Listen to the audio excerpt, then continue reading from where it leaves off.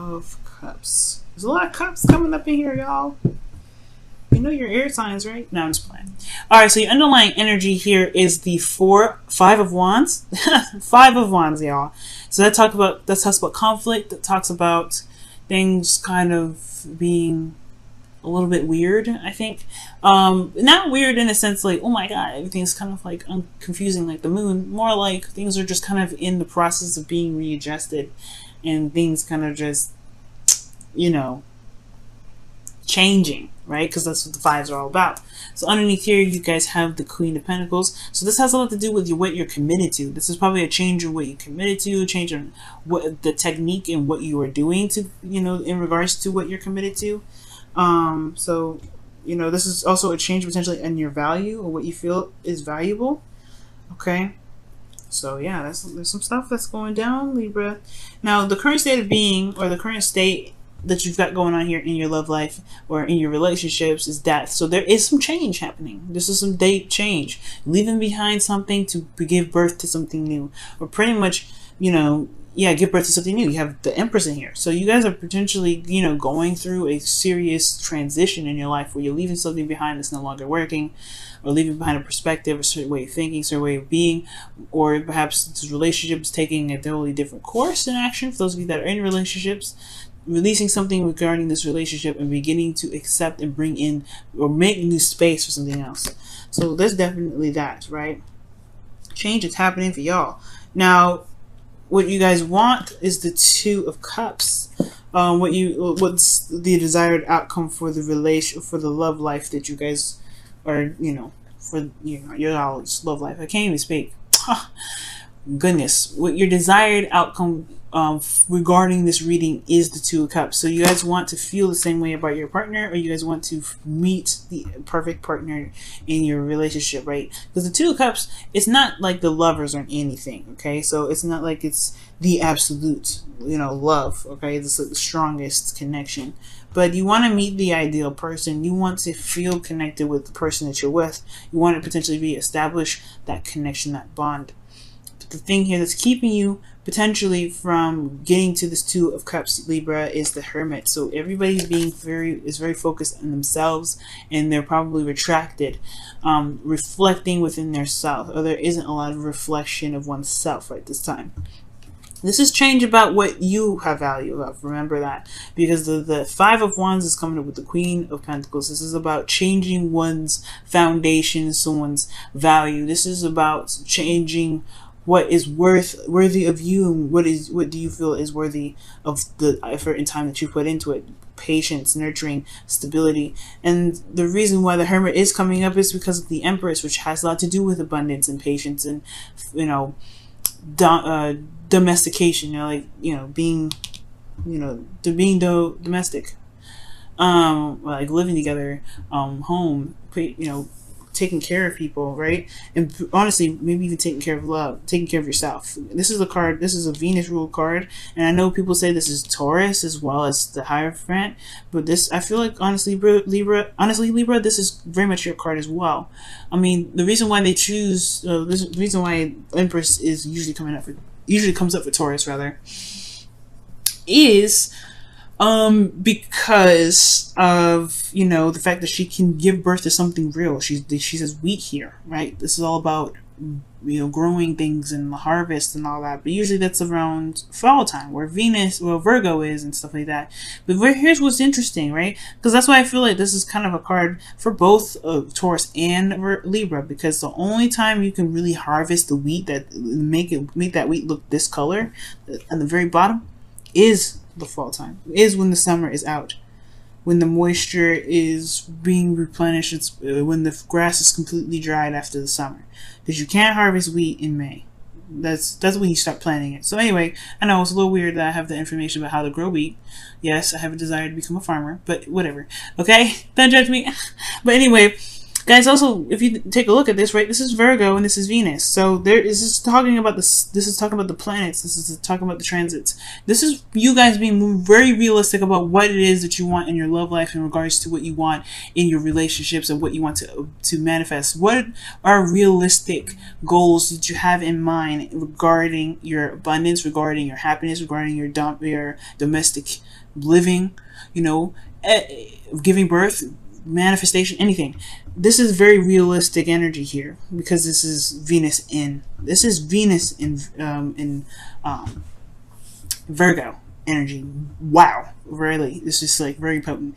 But the thing here is, right, I feel like right now it's just there is a need to probably retract or reflect right now in regards to what's, you know, in regards to giving birth to an idea, giving birth to something abundant. Because in the past, this is typically a foundation or a past energy, and it does communicate and does talk about what was created in the past, what was being taken care of. And perhaps everybody needs to just kind of take care of themselves, considering this transition is affecting potentially both parties, if not just you in the relationship, Libra. So the reason why the Empress is coming up as the reason why the Hermit energy is the reason why this is blocking that potentially has a lot to do with taking care of oneself. Okay, nurturing the self, taking care of your body, taking care of what your needs are, because Virgo is the ruler of the 6th house, which talks about health, etc. And I know I'm going on about crazy stuff like this, but hopefully you're catching on what I'm trying to say. Is that focusing on yourself right now, focusing on what you want, focusing on what you want to manifest right now is actually the best thing to do before you can connect with someone else and what their ideals are. Because like I said, you're changing what your foundation is, what you believe is what you want to manifest, what you want to create, what your value is, what you see as something of value, what you have committed to. You're changing all of that. Now, what your advice is, you have Justice. It's your card, and it's saying to pretty much weigh out the pros and cons and to take your time and make the decision. But it's about putting karmic scales into balance, because there may be an imbalance right now, and the purpose of all of this is to really get you on the right path. And the right path means the path which you see fits, right? Because there's no such thing as the right path. There's no universal truth for the right. So whatever you feel is the direction you want to go, that is the right path for you. That is how you know. So when the Justice card comes up, I really feel like within your best path to follow, I do feel like it's not talking about apologizing to somebody. You could potentially have to apologize if there are some things that, you know, you may not be feeling good about doing, because maybe there's some arguments or some things that were said in an argument that you may not mean. So if you want to apologize, you can. But I don't see this as an apology. I see this really as weighing the pros and cons of your situation and coming out with the absolute truth. Because that's why there's a sword and there's a scale in the Justice hands, right? Weighing the pros and cons, weighing out making the judgment, and then calling it. Just the judgment to me as well could be that.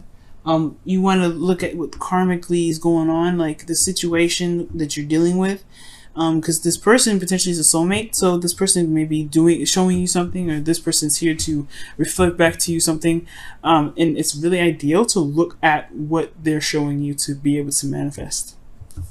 I'm gonna go ahead and pull you guys an extra card for the advice. See what else they could say, what else they mean with the Justice card, right? But it's talking about balancing karmic scales, trying to make things even. It's time to, to balance everything out.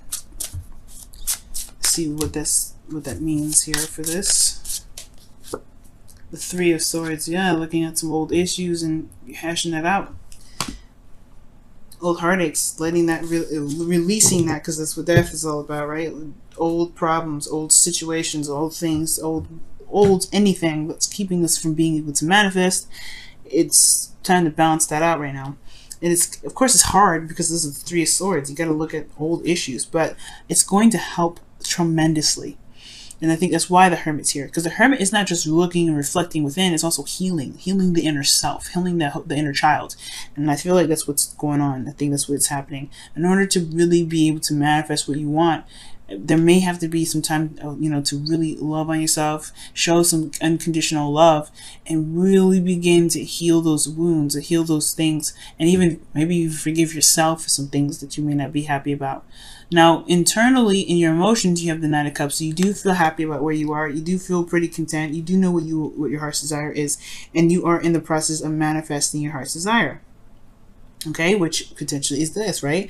This is very creative energy, and I love that. This is really, really good. And your hopes and fears is showing the Queen of Cups, which is absolutely fantastic because she knows what she wants. But the thing here is the hopes and fears is very interesting because the Queen of Cups is very vulnerable. She's very open to her emotions, and I don't know if this is a fear of being vulnerable with someone, or this is the hope to be vulnerable in a relationship, or be vulnerable in a connection that is solid, potentially. Because the Queen of Cups, she's always emotional, but she's never it doesn't matter if she's in a solid place or not. She wears her emotions on her sleeve. I feel like the Queen of Cups is talking about wanting to be in love. So, like, this person, yes, you're in love with yourself potentially, or you're in love with the connection. You know what you have, you know what you want, and it's perfect. But I feel like potentially you want to feel in love too. You want to feel something. All right, you want to have that emotion going. Or maybe you want it to last. Perhaps this Queen of Cups, or maybe you want this person that you're dealing with, if this is not you, right, to be open with you emotionally, to be emotionally open with you. But this looks like a lot to do with you, Libra, and what you want in your relationships. Now, in your outcome, you have the Four of Cups. So this is talking about looking at the Four of Cups, right, and focusing on the 3 cups that's sitting there. But not seeing that the 4th cup, this new cup of love here, is waiting for you to take it, or waiting to be taken. Now, you could be, you could be in this outcome here waiting for some sort of response. But at the same time, I do feel like this is shifting the focus from what you know to being open to to love that can come in. Okay.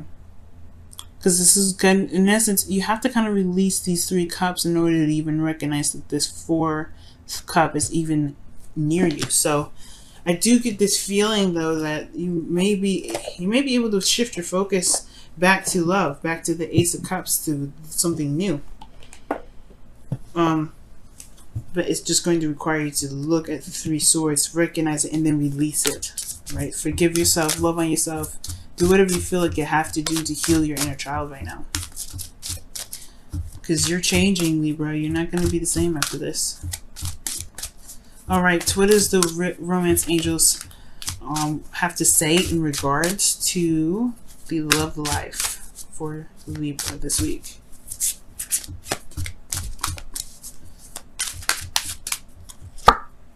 Calling in your soulmate. What? You see what I'm saying? This is, y'all are manifesting. Like I was saying, y'all manifesting it. 9 of Cups, Empress, 2 of Cups. Y'all manifesting this, okay? And it says your prayers, affirmations, and visualizations help bring you 2 together. Ooh, Libra. Oh my goodness. Perhaps the Queen of Cups is talking about hoping for your dream person to come in, the person that you've been wanting to connect with. Okay? The person that matches your vibration, perhaps. You're hoping for that. Love it. Let's see what you guys get for your Wisdom of the Oracle cards this week.